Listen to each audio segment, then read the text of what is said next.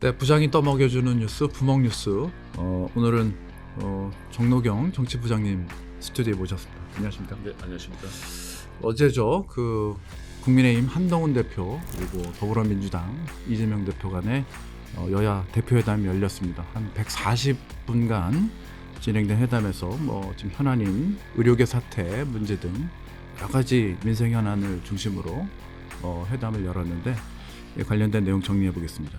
어떻게 좀 합의문 비슷한 게 좀 나오긴 했었죠? 네, 말씀하신 것처럼 두 대표 회담이 상당히 예상보다 긴 시간 동안 이루어졌는데요. 네. 이 여야 대표 회담이 이루어진 거는 11년 만입니다. 네. 2013년 11월 달 황우여 당시 새누리당 네, 대표하고 네, 네.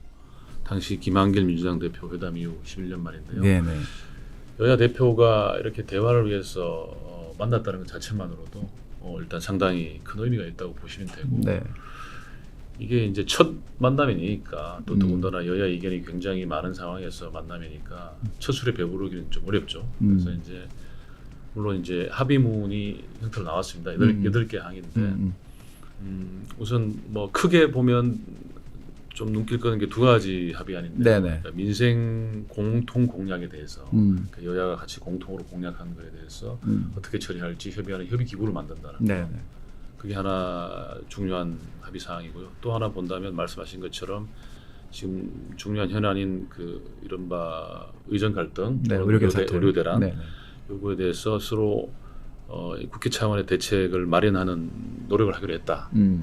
구체적이지 않지만 그리고 이외에도 반도체와 인공지능, 국가기관 전력망 확충 사업 등에 대해서 지원하기로 했다. 이런 것들이 합의란 합의라고 할 수 있는데, 네. 아무래도 첫 만남이고 이견이 많기 때문에 중요한 쟁점들에 대해서는 좀 합의를 보지 못했습니다. 그러니까 어떻게 보면 이견이 큰 사안들에 대해서 서로 좀 신경전도 좀 벌어졌고, 네. 서로 또 이견만 노출한 그런 회담이라는 평가도 있는데요. 또 우선 어떤 회담 자체의 의미를 평가를 하고 이견이 노출된 건 또 이견 노출된 대로 네.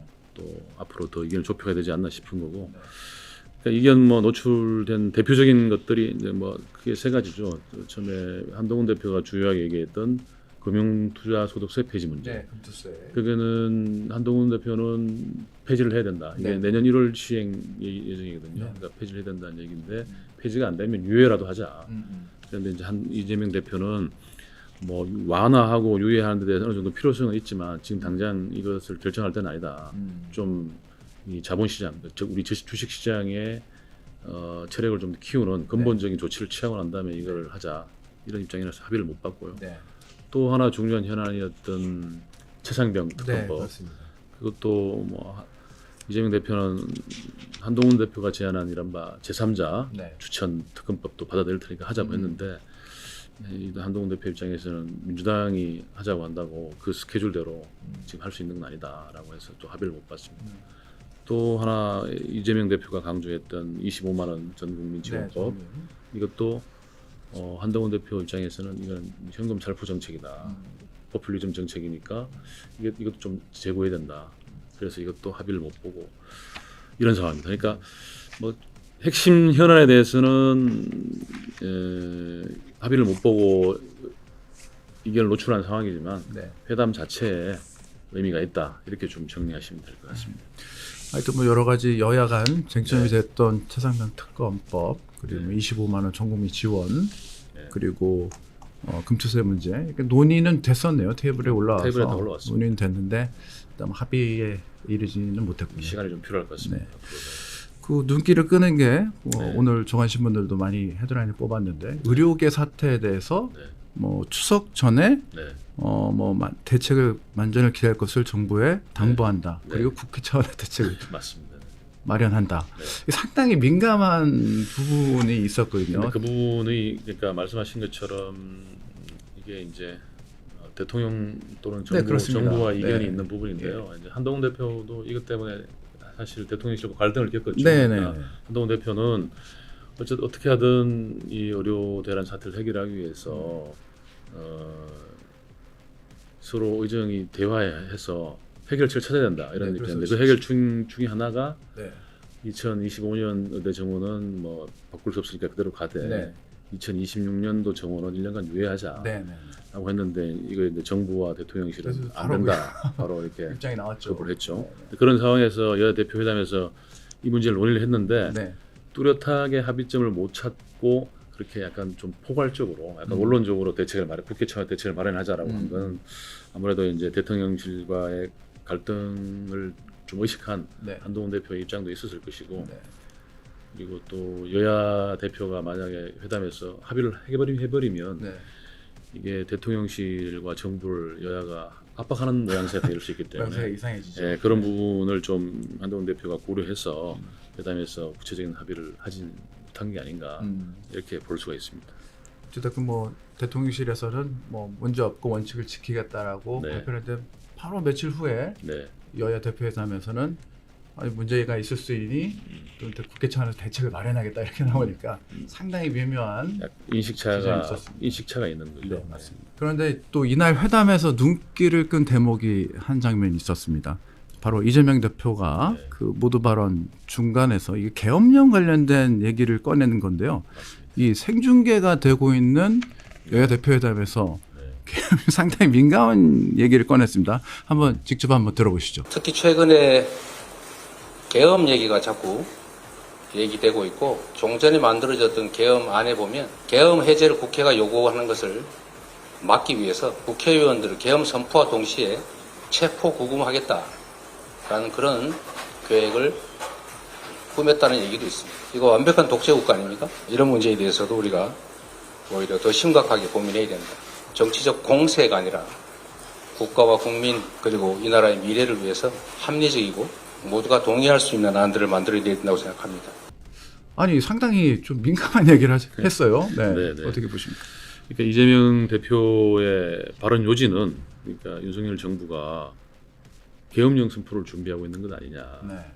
구체적으로 이재명 대표가 얘기한 게 계엄령 선포한 직후에 국회가 이 계엄 해제를 요구하는 걸 막기 위해서 계엄 선포 동시에 야당 국회의원들 체포 구금하겠다는 게 아니냐 이런 계획을 꾸몄다는 얘기도 있다 이렇게 했습니다. 근데 이게 사실 좀 근거가 명확하지는 않지만 어쨌든 네. 이재명 대표가 얘기한 이 내용은 박근혜 정부 당시에 네. 이른바 기무사 그 계엄 문건에 들어있던 내용입니다. 그렇죠. 이제 그걸 탄핵소추 당시에 네, 맞습니다. 그때 그걸 근거로 얘기를 했는데 이게 언제부터 이재명 대표가 회담에서 얘기한 것뿐만 아니라 그 이전에 네. 민주당 지도부들이 여러 차례 얘기했습니다. 네, 네. 최초로 이게 김용현 국방부 장관이 지명된 직후에 네. 민주당 최고위원인 김병주 의원 사성 장군 출신인데요. 네. 그분이 먼저 얘기를 했고 사실은 지금은 계엄 이런 것들을 말을 꺼내기가 어려운 현실이잖아요. 네. 보통 정부 같으면 이런 걸 상상을 못하는 네. 사항인데 윤 정권은 정상적으로 움직여지는 게 별로 없잖아요. 상식을 초월한 비상식을 많이 하고 있지 않습니까? 거부권을 뭐 수시로 행사하고 또 반국가 세력 해서 갈라치기 하면서 정부를 비판하는 세력에 대해서는 다 재갈을 물리고 그러기 때문에 뭐든지 할 수가 있다는 게 첫 번째고요. 탄핵을 대비해서 계엄령 선포하려고 준비하는 거 아니냐 얘기를 했고 또 곧이어서 김민석 최고위원도 네. 비슷한 말을 했습니다. 네. 그리고 그 다음에 이어서 또 이제 이재명 대표가 얘기를 했고 네.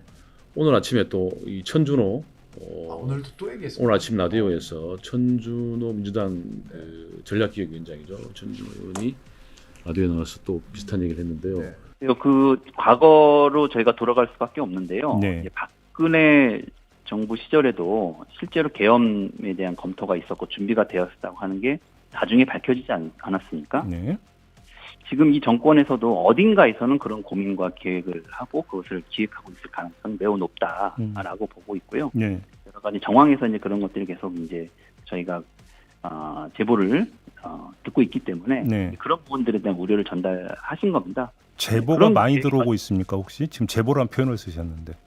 아니 뭐 그런 이제 정황들에 대한 이야기들을 예. 하셨고 들으셨고 그런 부분들을 최고위원들 중에서도 이야기하신 분들이 계셨기 때문에 네. 그런 우려를 전달하고 있다 이렇게 보시면 좋겠습니다. 천준호의 말에 따르면 당으로 여러 가지 제보가 들어온다. 네. 그래서 우리가 얘기한 거다. 이렇게 얘기했습니다. 근데 좀 이게 앞으로 좀 논란이 될 것 같은데 좀 상황을 지켜봐야 되겠습니다. 아니 이게 뭐 단순한 뭐 그런 우려와 네. 이런 얘기를 상상은 할 수 있지만 실제로 그거를 네.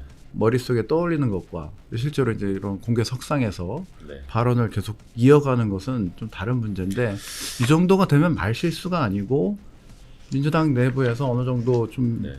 여론화를 뭐 시키는 듯한 그런 모양새까지 보여지는데 자, 요거 이제 좀 이재명 대표까지 네. 그 입에 담았으니까 논란이 될 것 같습니다. 이게 조금 이제 들여다봐야 되는데요. 네.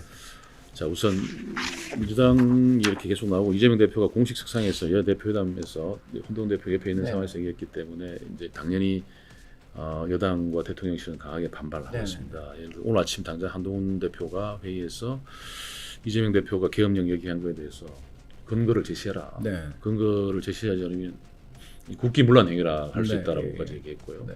또 그 전에 전날에도 대통령실에서는 이거는 말하자면 이른바 이 괴담 선동이다 이렇게까지 얘기했는데요. 그 내용을 좀 봐야 됩니다. 어떤 거냐면 이 계엄령이 논란을 보기 위해서는 우선 우리 헌법을 좀 봐야 되는데요. 네. 제가 그 조항을 좀 일부러 갖고 왔습니다. 예. 제가 그럼 그대로 말씀을 드릴게요. 헌법 77조 사항에 보면 계엄을 선포한 때에는 대통령은 지체 없이 국회에 통보해야 한다라고 되어 있고요. 네. 77조 5항에는 국회가 제적의원 과반수의 찬성으로 계엄의 해제를 요구한 때에는 대통령은 이를 해제해야 한다고 되어 있습니다. 그러니까 과반의 요구가 있고 의결이 되면 대통령은 이거를 뭐 참고하는 게 아니라 반드시 의무적으로 해제해야 된다고 되어 있습니다. 그럼 지금의 국회의 구조상 네.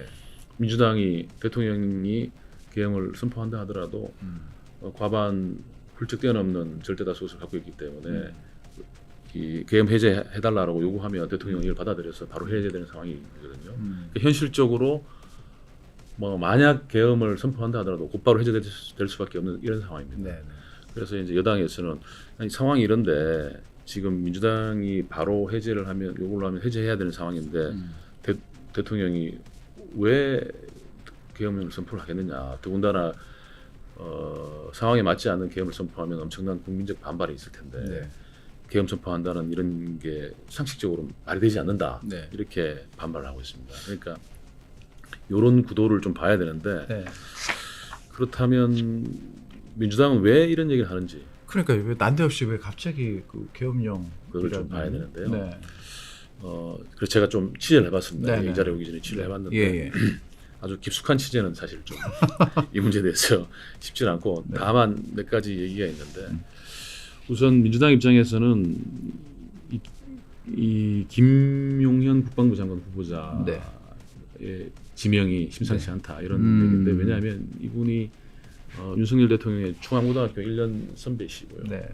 윤석열 대통령하고는 굉장히 가까운 네, 사이죠. 가까운 사이고 마음이 통하는 사이라고 볼 수 있으면 되고 그렇게 생각하시면 되는데 김용현 장관이 국방부 장관으로 이제 임명이 되면 말하자면 뭐 물론 대통령이 군 통수권자이기 때문에 어떤 여러 가지 조치를 취할 수 있지만 국방부 장관이 계엄 요구권을 갖고 있기 때문에 국방부 장관을 임명한 게 그런 민주당 입장에서 볼 때는 계엄령을 선포하기 위한 어떤 전초 작업이 아니냐라고 이렇게 의심하는 거고요. 실제로 그런 제보들이 당에 많이 온다는 얘기를 하고 있습니다. 그래서 민주당 입장에서는 만약에 본인들이 뭐 그래서 어떻게 될지 모르지만 탄핵을 추진하는 마음을 갖고 있기 때문에 탄핵을 추진하게 되면 그런 상황이 왔을 때 네. 윤 대통령이 계엄령을 선포하려는 그런 계획을 하고 있는 게 아니냐. 그런 측면에서 지금 미리 이렇게 경고를 해둬야 그런 상황이 오는 걸 막는다. 이런 차원에서 자꾸 그렇게 얘기를 한다고 합니다만 어쨌건 이거는 일정 부분 볼 때 민주당의 주장이 좀 어떤 정치적인 어떤 그런 전략이 좀 담겨 있는 것 같고 네네. 그런 차원에서 본다면 여당 입장에서는 이게 좀 상식적으로 말이 안 되는 정치 공세를 하고 있는 게 아니냐 그렇게 주장을 하고 있는 상황입니다. 하여튼 뭐 국방장관 인사도 갑작스럽게 난 건 사실이었고요. 네. 그리고 관련된 여러 가지 탄핵 얘기를 좀 민주당 내부에서 얘기를 뭐 조심스럽게 꺼냈던 것도 사실이고 네. 그러니까 보이지 않는 가운데 뭐 보이지 않는 수일키를 하는 것 같기도 하고.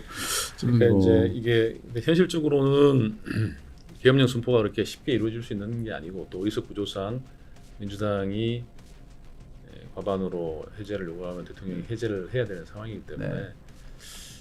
상식적으로 보면 계엄이 선포되는 상황이 오기가 어렵고 또 와서도 안 되겠죠. 이게 뭐 그렇게 어떤 대통령의 권한이긴 하지만 쉽게 행사돼서는 안 되는 권한이기 때문에 또 국민들이 또 지켜보고 있기 때문에 그런 상황이 쉽게 오지는 않을 거라고 그렇게 예측하는 게 맞는 것 아니 같습니다. 이게 뭐 계엄령이라는 게 이게 네. 영화 속에서나 보던 것이라 저희가 와닿지 않는데 네. 저도 한번 찾아봤습니다. 네. 뭐 펌프에 보면은 이제 네. 전시나 사변 같은 국가 중대한 그 국가 비상 사태가 있을 때 질서 유지를 위해서 발동하는 건데 그렇죠. 이제 군대를 동원해 가지고 치안과 사법권을 정지시키는 겁니다. 말씀하셨다시피 법률안의 경우에는 대통령이 거부권을 가지지만 네.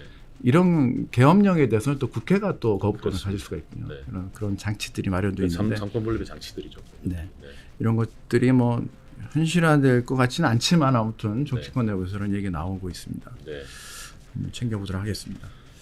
앞으로도 그 관련된 이슈가 있으면 저희가 또 한번 분석해드리는 걸로 하고 예. 구독자 여러분들도 이 계엄령이 왜 나온지 한번 유심히 살펴보시면 좀 정치 뉴스 읽는데 또 도움이 되실 것 같습니다. 11년 만에 그 열린 대표 회담이었습니다. 그만큼 이제 여야 간 대표 회담이 오랜만에 열렸다는 얘기는 그만큼 대화가 실종되고 네. 정쟁이 극한으로 치달았다는 얘기의 반증이기도 합니다. 이제 뭐 물꼬를 튼 만큼 이제 22대 국회 좀 새롭게 좀 민생을 위한 정치 기대를 해보도록 하겠습니다.